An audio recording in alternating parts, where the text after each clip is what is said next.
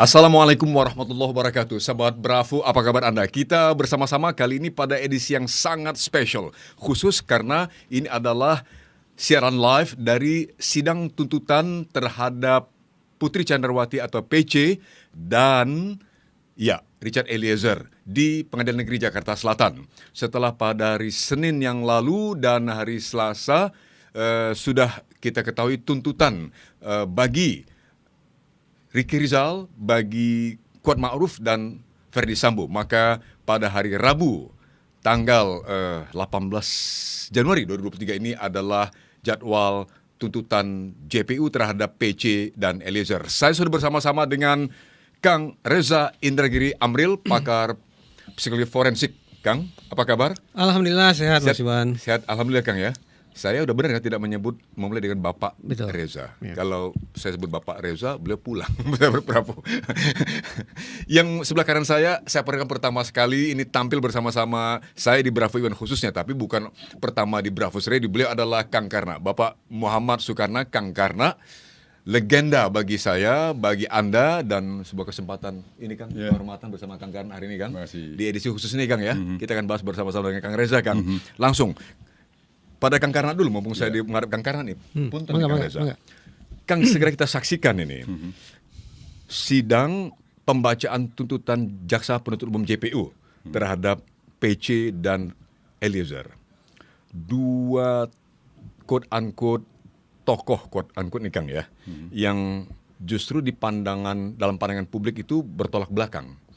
Yang satu mendapatkan simpati dari publik Indonesia, yaitu Richard Eliezer, karena menjadi justice collaborator dan mendapatkan banyak dukungan agar dia hanya dituntut dan divonis ringan. Sementara PC sebaliknya gitu Kang. Kang Karna melihat probabilitas apa nanti yang akan terjadi pada tuntutan jaksa? Wah, nggak biasanya saya ditanya pertama nih. Ya. Tapi nggak apa-apa. Kang Karna kan pengamat masalah sosial, hukum, dan banyak masalah-masalah lain di Republik ini. Ya, kalau kita melihat sidang tuntutan sebelumnya, yang diarahkan atau ditujukan ke Ricky, kemudian Kuat Ma'ruf dan Sambo, itu saya melihat memang banyak di luar prediksi atau keinginan dari masyarakat luas, publik kita, viewer kita. Dan kalau tadi ditanyakan kira-kira seperti apa sih lanjutan tuntutan untuk Putri Sambo dan Eliezer, saya pikir nggak jauh berbeda. Tidak jauh berbeda? Nggak jauh berbeda. Berarti jadi maksudnya begini. dalam pandangan publik ringan loh Kang, tuntutan terhadap RR ringan menurut publik, terhadap KM juga ringan. Ya. Akan kira-kira seperti itu mungkin arahnya? Ya, kita lihat saja tuntutan untuk Sambo hanya seumur hidup. Padahal maksimum hukuman mati. Dan banyak sih yang memperkirakan pada saat itu. Saya hanya mengutip apa yang dibilang Kang Reza.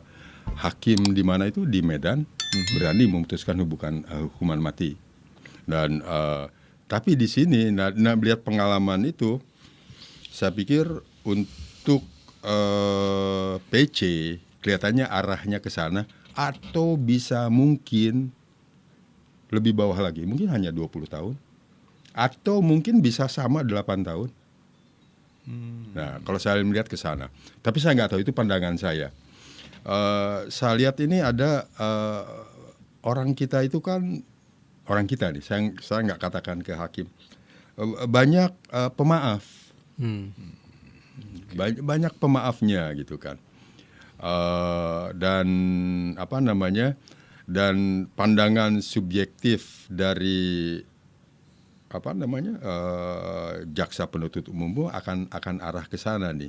Dan satu lagi, saya teringat apa yang disampaikan Kang Reza gitu kan.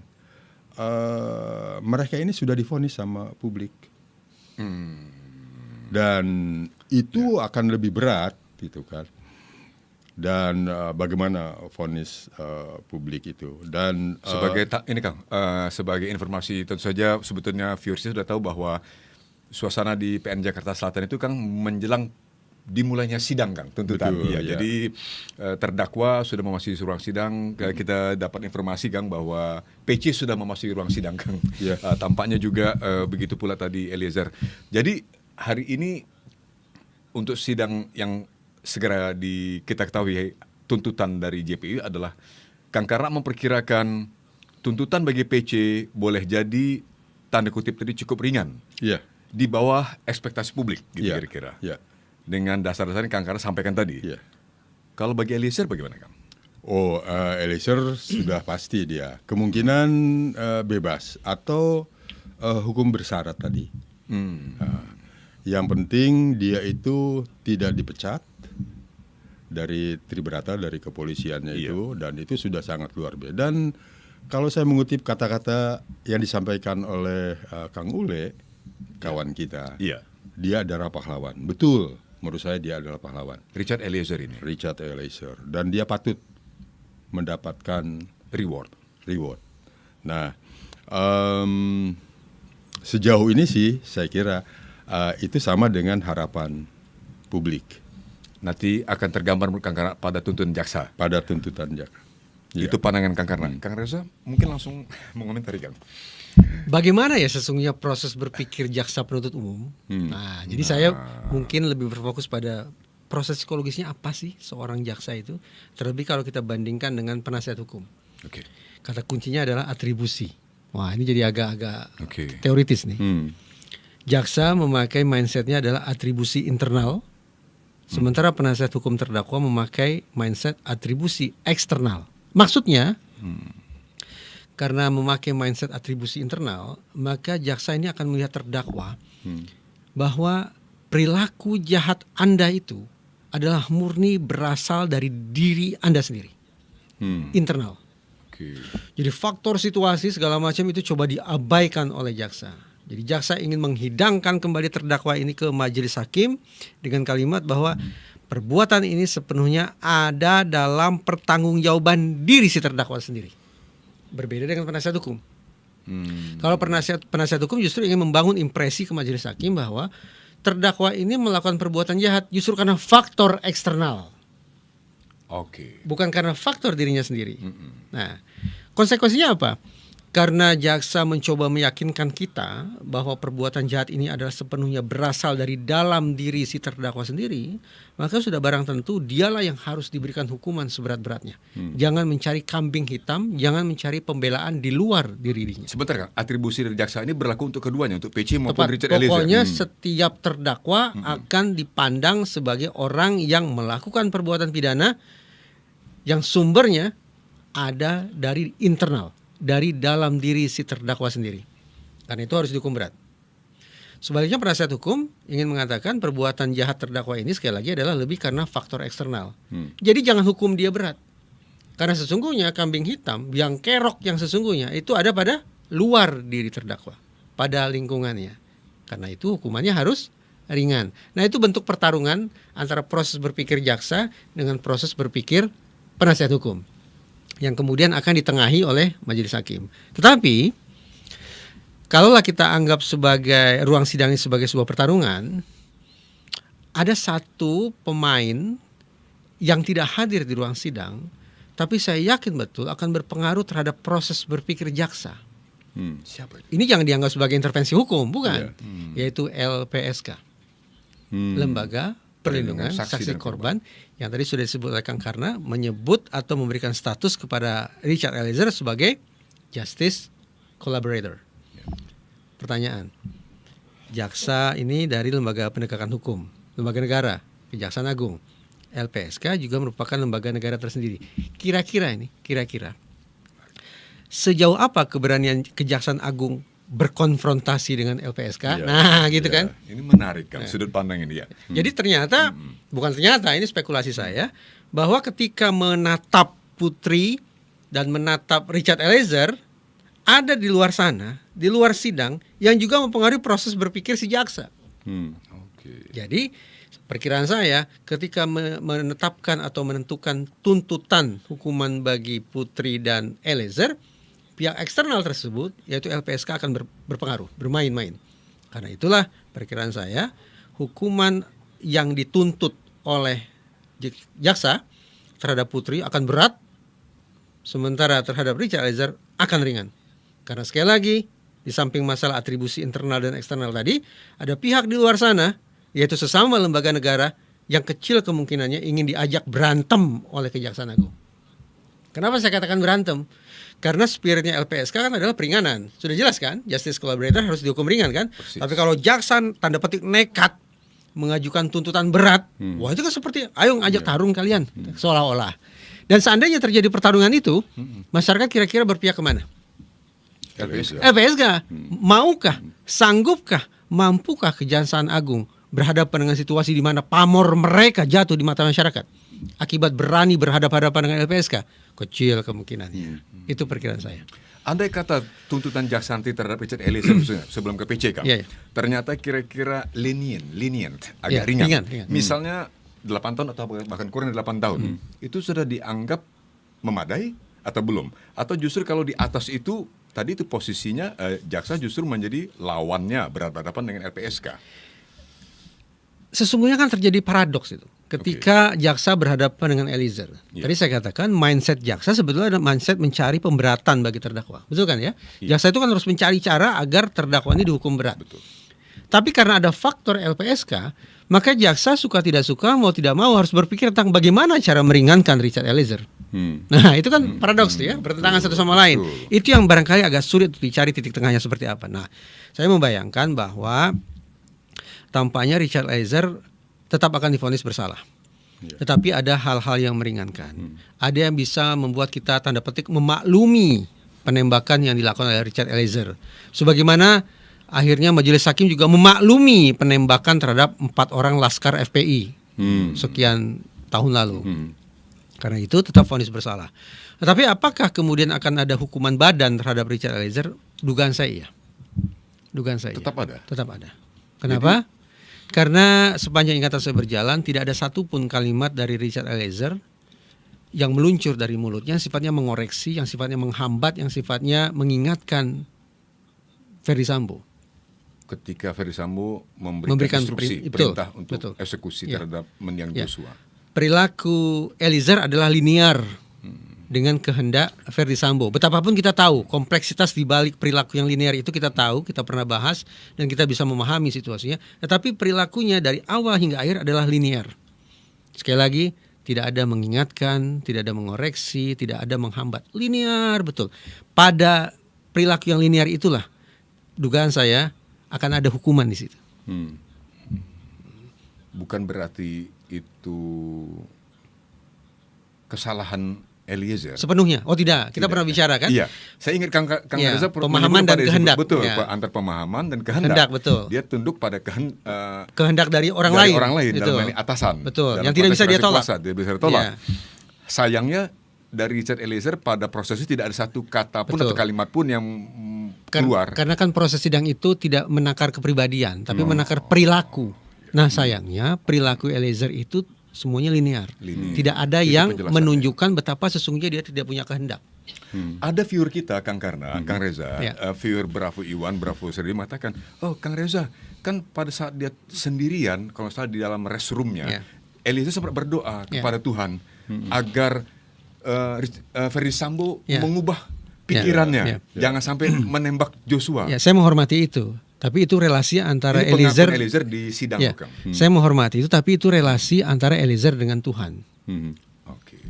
Dalam perkara pidana ini yang sedang ditakar oleh hakim, karena Richard Eliezer kan mengklaim bahwa saya melakukan ini karena saya ditekan, saya tidak bisa menolak instruksi atasan. Nah yang ingin ditakar oleh hakim berarti, maaf ini jangan salah kaprah, Iya. bukanlah relasi antara Eliezer dengan Tuhan, bukan. Tapi yang ditakar oleh hakim adalah bagaimana relasi Eliezer dengan Ferdy Sambo. Oke. Itu yang akan ditakar. Nah, terkait dengan relasi antara Ferdy Sambo dengan Richard Eliezer ini, ketika saya dihadirkan sebagai ahli, itu bukan keinginanlah saya loh ya, Iya. dihadirkan oleh penasihat hukum. Sebagai ahli ya, Kang? Ya, saya katakan ini klaim Richard Eliezer ini kalau diterjemahkan ke dalam bahasa psikologi forensik artinya adalah superior order defense. Superior order defense. Bagaimana seseorang mencoba membela dirinya dengan mengatakan apa yang saya lakukan ini merupakan perintah atasan. Nah, tentu saja setiap terdakwa boleh menggunakan pembelaan apapun termasuk superior order defense, tapi harus diuji. Ada 3 tahap pengujian. Kita bisa saja diskusi tentang itu. Nah, terkait dengan superior order defense itu sekali lagi yang ditakar, yang coba untuk diungkap di persidangan adalah relasi antara si superior yaitu Verdi Sambo dengan bawahannya, subordinannya siapa? Richard Eliezer. Maaf, bukan antara Richard Eliezer dengan Tuhan, bukan itu. Nah, sayang beribu sayang, dalam relasi antara Richard Eliezer dengan Verdi Sambo tadi saya katakan tidak ada itu. Perilaku dikit saja, perkataan sedikit saja yang menunjukkan bahwa Richard Eliezer belok kiri atau belok kanan. Tapi faktanya menurut saya terus saja lurus, linear sebagaimana yang dikehendaki oleh Verdi Sambo. Fakta bahwa sikap Perilaku Richard Eliezer linear dalam linear. bahasa Kang Reza Betul. tadi. Sementara tentu saja berbeda sekali apa yang ingin dilihat oleh majelis hakim dalam persidangan, yaitu justru perilaku kan itu kan? Iya, tetap perilaku. Perbuatan. Iya. Dan itu sejauh ini mungkin belum bisa dibuktikan oleh pihak Eliezer bahwa dia pernah mencoba mencegah Iya. Verdi Sambo. Em, Tidak cukup selama ini pembuktian Menurut dari saya tidak ada, bukan tidak cukup, tidak ada. Tidak ada. Tapi saya tanda petik mencoba mengingatkan majelis hakim tentang perspektif keilmuan yang coba saya tawarkan. Ada 3 dimensi yang tidak bisa kita abaikan kalau kita ingin memahami Eliezer secara utuh. Iya. Dimensi makro, Oke. bagaimana sesungguhnya kultur kepolisian itu. Bagaimana organisasi kepolisian itu mengatur bahwa setiap bawahan harus taat, patuh mengikuti instruksi atasan. Kalau menentang justru dianggap sebagai pembangkang. Hukumannya berat juga. Apalagi kalau misalnya Sambo pegang senjata api. Dia dalam kondisi naik pitam. Berhadapan dengan ajudan pangkat rendah yang berani melawan. Salah-salah malah kehilangan nyawa duluan. Itu dimensi makro itu tidak bisa kita abaikan. Terkait dengan tempat mereka bekerja yaitu organisasi kepolisian. Kemudian dimensi mikro. Dimensi mikro ini yang dijelaskan oleh ahli yang lain terkait dengan kepribadian Eliezer sehari-hari seperti apa ya gitu. Dan dimensi meso, bukan makro, bukan mikro, tapi meso, Tengah-tengah, bukan khusus relasi antara satu mikro dan mikro yang lain, yaitu antara Eliezer dengan Sambo. Nah, dalam dimensi meso itu yang saya katakan ke majelis hakim tampaknya ini adalah superior order defense. Tapi harus diuji. Nah, dalam pengujian itu ada sedikit, sebenarnya sedikit, tetapi itu yang tadi saya katakan tampaknya ini yang akan dihukum. Yang sedikit itu yang akan dihukum. Berarti betapapun kita memaklumi bahwa Richard Eliezer itu menembak karena adanya tekanan yang tidak bisa dia hindarkan, bahkan kalau dia elakkan itu justru akan bisa berakibat fatal, tapi karena tidak ada ucapan, tidak ada perbuatan yang tidak linear sedikit apapun, maka itu yang akan dihukum. Kang Reza tadi terhadap Richard Eliezer. Sudah jelas deskripsi dari Kang Reza. Tapi bagaimana dengan PC, Kang? Dari sudut pandang jaksa tadi bahwa mindset jaksa kan tetap berlaku sama dong terhadap PC ya kan? Ya semestinya begitu. Mesti.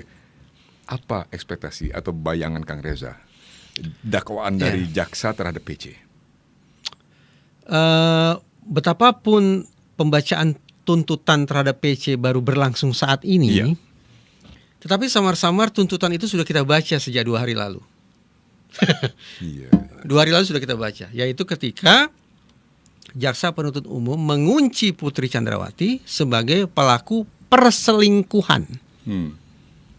Jadi potretnya udah jelas, ini pelaku perselingkuhan. Tetapi di ruang sidang terus-menerus Putri Chandrawati dan Verdi Sambo memainkan drama bahwa seolah-olah mereka atau Putri adalah korban pemerkosaan. Ringkas kata, ringkas cerita. Pendusta. Itu cetakan dasar tuh. Stempel dasar yang diberikan oleh jaksa penuntut umum terhadap Putri Chandrawati adalah Anda pendusta. Titik. Itu dulu. Berlanjut kemudian dari kedustaan yang Anda lakukan itulah kemudian Anda dan sejumlah terdakwa lainnya merancang sebuah pembunuhan berencana. Nah, itu urut-urutannya. Jadi pantas sudah Putri Chandrawati untuk tidak kita percayai. Pada titik ini, Kang, ada yang unik nih menurut saya. Ini saya keluar sedikit ya. Iya. Ketika seorang jaksa mendatangkan ahli Ini jaksa nih yang mendatangkan ahli. Kira-kira ahli itu akan seperti apa? Secara umum. Tentunya mendukung jaksa. Betul ya? Betul. Berarti dia akan mengutarakan perspektif keilmuannya yang mendukung strategi jaksa kan? Betul. Tidak mungkin ada silang sengketa di antara dua pihak itu kan? Iya. Tapi uniknya ketika membacakan tuntutan terhadap terdakwa, jaksa penuntut umum ini justru menyanggah keterangan ahli yang notabene dia datangkan sendiri, yaitu Apsifor. Sebetulnya saya hormat pada mereka. Itu kolega saya hormat pada Asosiasi Psikologi Iya, Forensik. kita paham itu kan. Ya. Di mana sanggahannya? Iya. Apsifor itu kan menyebut Putri Chandrawati ini sebagai orang yang tidak berpura-pura sakit dan layak untuk dipercaya. Jadi kalau Putri mengklaim dia diperkosa, maka kita layak percaya bahwa dia betul-betul diperkosa. Pemaknaannya seperti itu. Tapi jaksa justru menyanggah dengan mengatakan yang terjadi bukanlah kekerasan seksual, melainkan perselingkuhan. Itu artinya apa? Itu artinya jaksa menyanggah keterangan ahli yang notabene dia datangkan sendiri. Unik kan? Ini unik dan mengagetkan Kang justru. Jadi dalam tuntutan jaksa yang kita bacakan ketika membacakan tuntutan bagi Ferdy Sambo kan saat itu sebetulnya, kata perselingkuhan itu mengagetkan, menyentak begitu bagi semua kalangan ya Kang ya.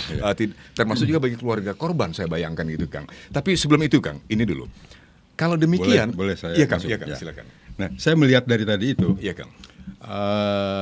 itulah drama yang ada di pengadilan. Jadi tadi mengatakan bahwa menyanggah apa yang disampaikan oleh ahli. Iya. Itu kan. Ahlinya sendiri loh. Ahlinya sendiri yang didatangkan oleh jaksa. Yang output yang dihasilkan oleh si jaksa ini adalah berubah kan jadi perselingkuhan. Betul. Nah, kita lihat sekarang apa kaitannya perselingkuhan dengan tadi itu menjadi motif. Dan tadi ujungnya yang dilihat adalah berbohong pendusta, ya kan? Dia berdusta, berbohong. Nah, jadi intinya nanti saya lihat jaksa itu menuntutnya itu ke perselingkuhannya yang mengakibatkan itu. Ini adalah drama saya kira tadi. Ada tadi yang disebutkan itu kan menyanggah apa yang disampaikan oleh ahli dan ujung-ujungnya itu apa?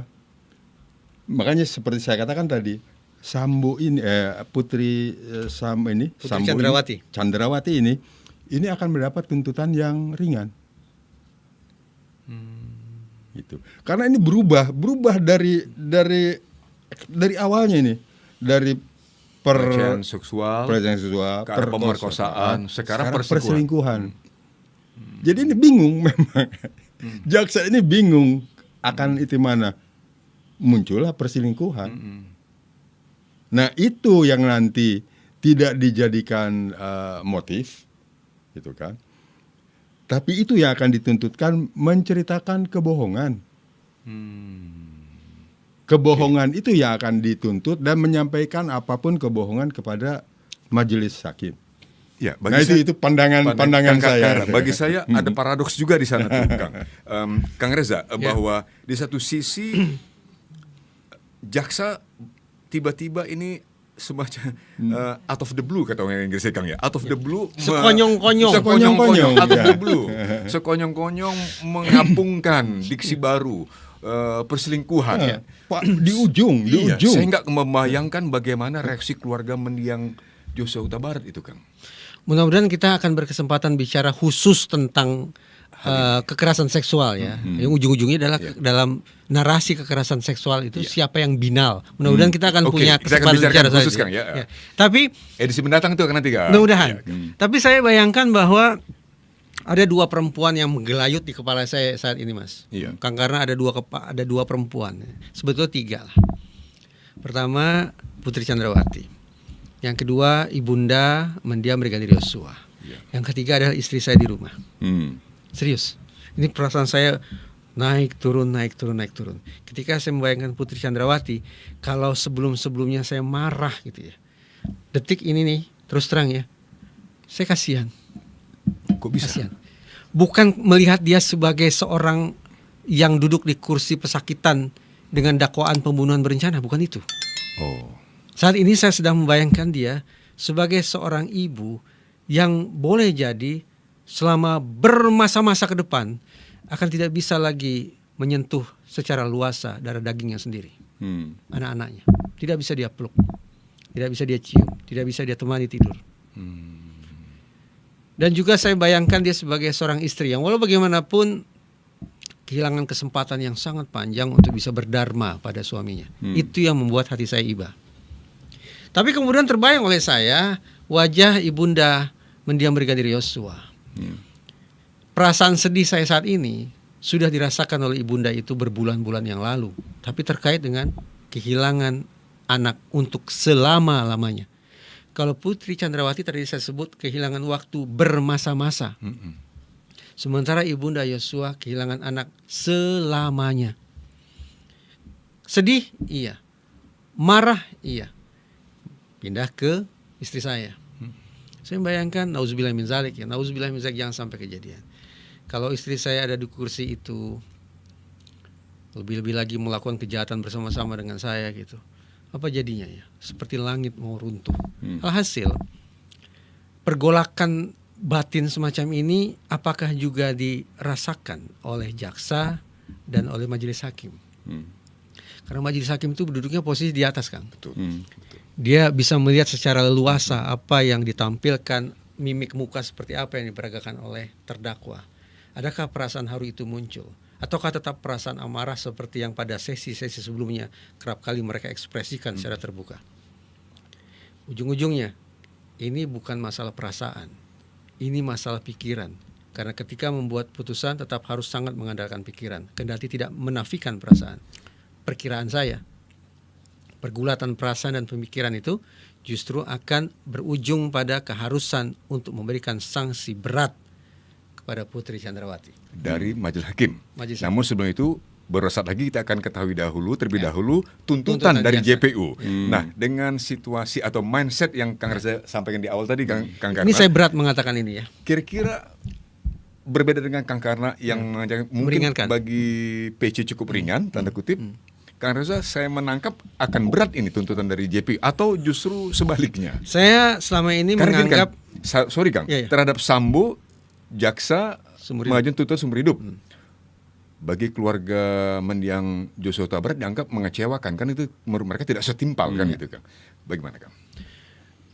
saya tadi pagi berkesempatan bicara dengan orang tua mendiang Brigadir Yosua. Oh, baru tadi pagi ya, ini, tadi Kang? pagi. Dan Oh, luar eksplisit. biasa. Bagaimana, memang. Kang, ceritanya? Eksplisit ayahanda mengatakan mereka sesungguhnya berharap hukuman mati Terhadap Ferdi Sambo. terhadap Ferdi Sambo dan juga terhadap Putri Chandrawati. Eksplisit itu, Kang. Terhadap Ferdi Sambo dan terhadap Putri PC. Chandrawati. Sementara terhadap Ricky Rizal dan Kuat Maruf, mereka berharap sebetulnya tuntutannya adalah lebih berat daripada 8 tahun. Terutama kepada Ricky Rizal. Ya. Oke, kembali ke pokok persoalan ya. Apakah lantas ramalan saya tuntutannya akan sama, ataukah lebih ringan, ataukah lebih berat? Gitu. Iya. Saya melihat selama ini pihak yang paling sering dituding oleh masyarakat, paling sering ya, Iya. adalah Ferdi Sambo. Oke. Jadi biang kerok yang harus betul-betul dihukum seberat-beratnya itu adalah Ferdi Sambo sama itu. Tetapi seiring dengan pembacaan tuntutan oleh jaksa terhadap Ricky Rizal, Kuat Maruf dan Ferdi Sambo yang menggunakan sebutan perselingkuhan, maka saya membayangkan posisinya berbalik. Bahwa Putri Chandrawati lah pihak yang paling semestinya dituding dan dibayang-bayangnya adalah Ferdi Sambo. Karena terjadi pergantian posisi sedemikian rupa, maka hitung-hitungan di atas kertas menurut saya, kalaulah Ferdi Sambo dihukum seumur hidup, sebagai bayang-bayang dia dihukum seumur hidup, maka pihak yang di depan, foregroundnya, bukan backgroundnya, foregroundnya, Foreground. yang lebih berat siapa? PC. PC. Jadi bukan hukuman seumur hidup, tapi boleh jadi tuntutannya adalah hukuman mati. Wow, berarti jangan-jangan ketika pada sidang tuntutan terhadap Ferdi Sambo, JPU menjatuhkan hukuman seumur hidup, Ya. tuntutan seumur hidup, dan ada reasoning perselingkuhan, itu sekedar strategi untuk kemudian pada hari ini mereka akan menjatuhkan Itu konsekuensi tuntutan, karena terjadi perubahan posisi. Oh, terjadi perubahan oke. posisi. Siapa yang background, siapa yang foreground. Oke, jadi harus dipahami dulu Kang ya, siapa yang background, siapa yang foreground. Ya. Dalam hal ini sekali lagi ditegaskan oleh Kang Reza, yang di background tadi adalah Sambo, yang foreground justru PC. Sekarang begitu. Sekarang Setelah adanya pembacaan tuntutan oleh jaksa dengan menggunakan sebutan perselingkuhan. Oke, Namun sedikit ada catatan kaki. iya. Tadi ya saya subjektif, saya membayangkan apakah jaksa penuntut umum juga merasakan pergolakan batin yang saya rasa ini ketika melihat mimik atau membayangkan mimik muka Putri Chandrawati. Adakah unsur keperempuanan itu juga masuk dalam khazanah berpikir jaksa? Kalau unsur keperempuanan itu masuk, maka ya boleh jadi hukuman seumur hidup. Kenapa kok harus kita mempertimbangkan adanya unsur keperempuanan? Karena begini, masyarakat menganggap bahwa kalaulah harus dibandingkan antara jenis kelamin laki-laki dan perempuan, yang keji, yang brutal, yang sadis, yang kejam itu identik dengan siapa? Biasa laki-laki. Biasa laki-laki. Iya. Nah sementara ini karena terkodratkan sebagai perempuan, seolah-olah dia tidak identik dengan sifat-sifat itu.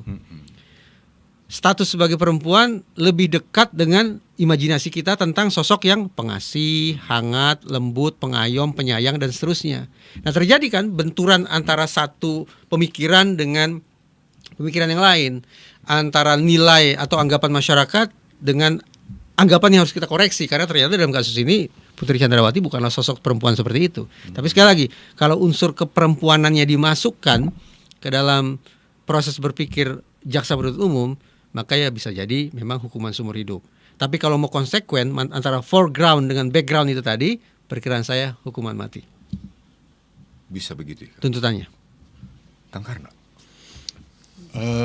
Kalau menyimak tadi yang disampaikan masuk akal juga. Saya Jadi, terperangah Kang saya juga terperangah, Kang Reza ya, tadi. gitu kan. Terperangah dan Tapi itu hanya ramalan, hanya prediksi. Kita Iya. akan lihat nanti. Iya. Akan lihat nanti. Mudah-mudahan hakim atau jaksa memberikan tuntutannya sesuai dengan apa yang dia lakukan, PC tadi itu. berdasarkan fakta-fakta yang berkembang Iya. selama pemeriksaan pada sesi persidangan terdahulu ya Kang. Ya. Andai kata Kang ternyata terbukti dalam tuntutan JPU nanti benar tuntutan terhadap PC adalah lebih berat, minimal sama dengan tuntutan terhadap Ferdy Sambo, menurut Kang Karna masih beralasan nggak itu? Bisa saja. Bisa saja. Itu, Karena dalam bahasa Kang Reza tadi, dalam perkembangannya PC sekarang ada di foreground gitu kan, tidak lagi seperti dahulu. ya. Bisa Tapi itu, ya bisa saja. Mungkin saja. Karena begini Kang, kalau ternyata bertentangan dengan seperti itu atau cukup ringan, justru kita bisa membayangkan publik akan kecewa, kan gitu kan? Ya pasti. Ya. Termasuk viewernya kita nih, yang Ya, rata-rata ya, mengatakan betul. ingin hukuman yang maksimal juga kepada PC. Ya, tadi berbeda kan pandangannya Iya, Kang Reza dengan pandangan saya. Tapi memang biasanya masyarakatnya selalu dikecewakan. Oh, oke. Apa yang ekspektasinya atau Dalam segala- banyak kasus ya Kang? Dalam banyak kasus, terutama peradilan di kita lah, gitu kan. Jadi saya pikir ya kita lihat saja. Beberapa jam lagi kan akan karena dilihat. proses pembacaan tuntutan JPU terhadap PC terlebih dahulu sedang dimulai Berlangsung, atau sudah ya. berlangsung sejak beberapa puluh menit yang lalu. Ya. Gitu kan. Kita akan lihat sesaat lagi Kang. Ya. Kita tunggu. Terima kasih Kang Karna. Kembali kepada Kang Reza Kang. Ini sebelum pertanyaan pamungkas dari saya Kang. Jadi saya sebenarnya sangat kaget ketika tadi Kang Reza menguraikan betapa dalam pembicaraan langsung Kang Reza dengan orang tua mendiang Joshua Huta Barat eksplisit disampaikan pihak keluarga. Saya bayangkan tuh orang tua ayah beliau, ayah Pak Samuel Huta Barat ya Pak, ya Kang ya. Secara eksplisit Pak Samuel Huta Barat ayahnya almarhum Joshua Huta Barat Atas nama keluarga. dan atas nama keluarga eksplisit menyatakan ingin hukuman maksimal, hukuman mati. Bukan hukuman maksimal lagi. Jelas-jelas Sudah kata hukuman mati itu yang terlontar dari mulut beliau. Bagi Ferdy Sambo Dan Putri Chandrawati. dan Putri Chandrawati. Sebelum-sebelumnya saya tanda petik menantikan ya. Ini kan keluarga mendiang Brigadir Yosua secara terbuka memperlihatkan amarah sekaligus kesedihan mereka kan. Tidak hanya ketika berhadapan dengan kamera, Di hadapan majelis hakim pun sampai sedemikian murkanya mereka sampai memarahi Verdi Sambo, memarahi Ricky Rizal, memarahi Kuat Maruf. Apa yang kalian gitu?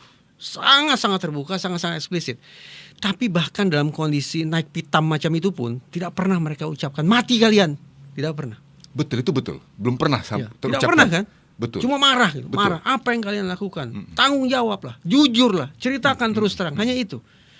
Tapi ini saya sampai merinding nih membayangkan. Tadi pagi di hari pembacaan tuntutan terhadap Putri Chandrawati dan Richard Eliezer, Hanya beberapa jam sebelum tuntutan dibacakan hanya jaksa, Kang. beberapa jam sebelum pembacaan tuntutan terhadap Putri Chandrawati, sepertinya katup itu jebol. Bang. Manusiawi loh. Kehilangan anak. Kehilangan buah hati. Katup itu jebol. Bang. Sehingga tidak lagi keluar kalimat-kalimat normatif atau bahasa-bahasa klise, tapi sudah eksplisit, sangat jujur dari hati mereka, hukuman mati. Ini menjadi semakin dramatis karena sepemahaman saya, keluarga mendiang Brigadir Yosua adalah umat Kristen. Ya, penganut Kristen yang Kristen mempraktekkan saya ajaran dengar agama mereka. mempraktekkan Iya. ajaran keimanan mereka. Betul. Yang saya bayangkan mungkin mereka punya daya rem lebih kuat lah ya daripada saya pribadi lah gitu. Kalau saya Muslim barangkali relatif lebih gampang untuk mengatakan hukuman mati. Sementara bagi mereka, saya bayangkan mereka punya daya rem yang lebih kuat. Tapi pagi tadi, beberapa jam lalu, sepertinya rem itu blong. Tapi saya anggap itu sebagai sebuah kejujuran yang harus kita simak. Lebih-lebih lagi, jaksa dan majelis hakim harus simak itu. Karena ternyata nilai keadilan dari proses hukum yang panjang ini sudah berapa bulan kan? Ini 7 mau 8 bulan nih kan. Nah, nilai keadilannya itu ternyata di mana? Hukuman mati. Itu bahasa terdakwa itu. Bahasa keluarga korban itu. Jadi gampang bagi kita untuk menakar. Apakah proses penegakan hukum ini berpihak pada korban ataukah tidak memenuhi ekspektasi korban? Gampang. Kalau nanti tuntutan jaksa lebih-lebih lagi vonis hakim hukumannya bukan hukuman mati, maka dari sudut pandang korban dan keluarga korban kita anggap keadilan tetap jauh di ufuk sana. Gampang kan? Iya. Sesederhana itu. Nah, karena itu sekali lagi saya menaruh rasa hormat terhadap kejujuran, keterus-terangan yang disampaikan oleh keluarga mendiang Yosua. Kang Reza mengatakan tadi manusiawi ya Kang. Manusiawi lah. Karena mereka manusia biasa juga pada akhirnya. Tetap manusia biasa yang akal pikiran itu anggaplah filter, tapi kejujurannya datang dari hati. Anggaplah demikian. Gitu Kang. Saya kira ini betul-betul bahasa Kang Karna tadi ini drama, bahkan menurut saya real drama yang lebih dari drama Korea drakor Kang. Ya. Kira-kira nggak lama lagi nih Kang, mungkin dalam hitungan 1-2 jam akan jeger ini kan tuntutan dari jaksa terhadap PC dan Eliezer. Tadi sudah jelas mengenai PC Kang. Kalau untuk Eliezer sendiri dari Kang Karna yang terakhir apa Kang Karna bisa bayangkan? Apakah masih tetap Kang Karna pertahankan pandangan bahwa bagi Eliezer karena sebagai JC Justice Collaborator dia akan mendapat hukuman yang cukup ringan dan mendapatkan semacam reward karena jaksa juga memperhitungkan ekspektasi publik Kang. Apakah Kang Karna masih Dan ekspektasi berpikir- LPSK. dan LPSK tadi penting sekali ya. Jaksa Saya tidak mau kira- berhadapan dengan LPSK Kang. Ini kunci sekali Kang. Ya, pandangan saya sama persis dengan apa yang disampaikan Kang Reza. Oke. Itu kan. Dan tuntutan untuk keduanya saya kira akan mengagetkan publik. Hanya itu saja.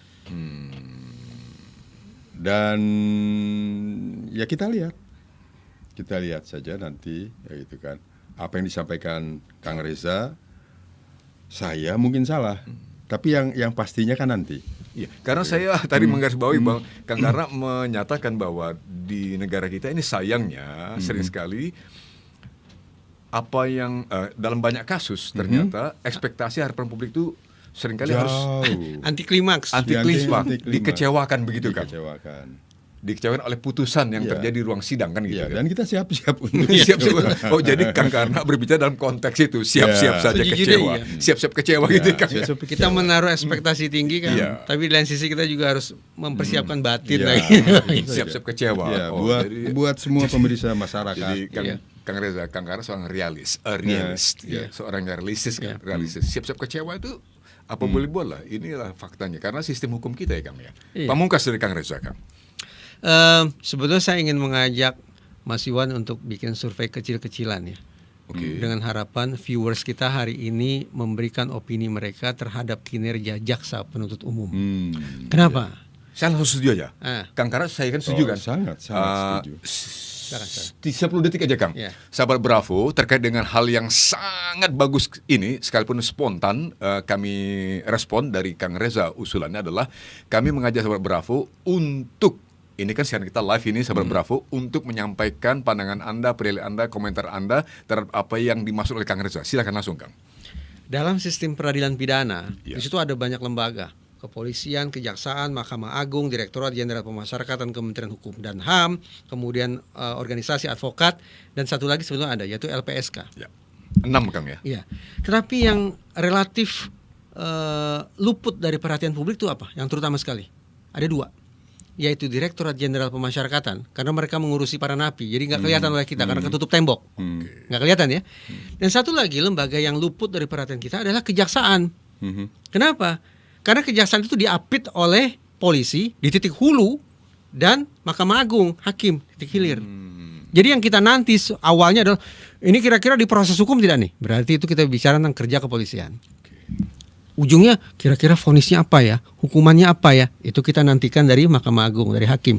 Jaksa di tengah-tengah luput dari perhatian kita. Karena itu yuk sekarang kita berikan perhatian kita kepada kejaksaan, kepada masyarakat untuk tidak semata-mata memberikan penilaian terhadap Polri yang saya sudah yakin dilakukan sejak berbulan-bulan silam karena surveinya menunjukkan Polri anjlok di mata masyarakat. Kita juga tidak hanya memberikan tanggapan terhadap kinerja majelis hakim dalam kurung Mahkamah Agung karena kita pernah bicara dalam episode menakar profil hakim Yang lalu. ya gitu. Tapi sekarang kita fokus pada jaksa. Ayo kita berikan pandangan, berikan penilaian tentang kinerja mereka selama proses hukum ini berlangsung.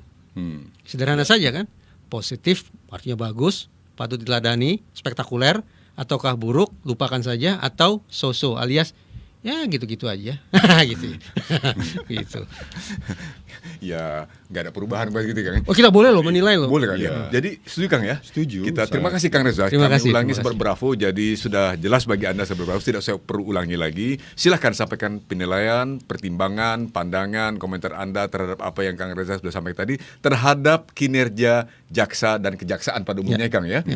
Khususnya ketika Anda sudah tahu bagaimana sidang kasus Sambo ini berjalan sejauh ini dari sisi kinerja jaksa dan kejaksaan. Kami tunggu dan sementara itu kami tentu saja yakin bahwa Anda sahabat Bravo nanti akan mendengar secara langsung tuntutan jaksa terhadap PC dan Eliezer dan setelah itu Anda akan langsung memberikan respon terhadap katakanlah request kami terhadap ajakan untuk berinteraksi dalam penilaian pertimbangan Anda telah dimaksudkan disampaikan oleh Kang Reza. Gitu ya Kang ya? Iya. Kang Karna, mau disampaikan paling akhir dari Kang Karna? Saya kira sudah. Terima kasih. Clear. Jadi kelihatannya sudah hampir mendekati bagian final dari pembacaan itu, tapi mungkin juga baru 2 jam lagi baru terdengar Iya, Kang ya. iya. Sayangnya kita akan ini katakanlah rampungkan dulu Kang pertemuan ini. Kang Reza, terima kasih Kang Reza atas Terima kasih. assessment dan analisis Kang Reza seperti biasa, pencerahan kata para viewers kita Kang, pencerahan. Terima Jadi kasih, ada yang mengatakan gini Kang, mendengarkan penjelasan Kang Reza atau Bang Reza mereka mengatakan sebagian itu ibarat kuliah gratis, kuliah hukum gratis. Coba lo, kuliah hukum gratis Kang. Ada yang lebih penting lagi. Pakai pulpen gitu, mencatat iya. bawa buku, bawa Ini pulpen. mengada-ngada benar. ini. Serius, itu ada Kang di komentar, di kolom komentar. Dan ada lagi. Iya Kang. Dan saya lihat ini mayoritas yang memuji ini banyak kaum wanita. Kaum hawa. wanita. Kalau saya justru menangkap hal berbeda. Iya. Terhadap saya sepertinya masyarakat Indonesia ini melakukan doa lintas agama. Oh gitu. Kristen, Islam, Menarik, Buddha, Luar Hindu biasa, seperti mendoakan saya Faktanya dengan begitu. cara masing-masing. Betul. Ya saya hanya ingin berterima Dan itu kasih. Padahal apa yang saya katakan juga belum tentu betul juga sih. Saya hanya ingin menyatakan bahwa itu luar biasa benarnya Kang. Benar sekali.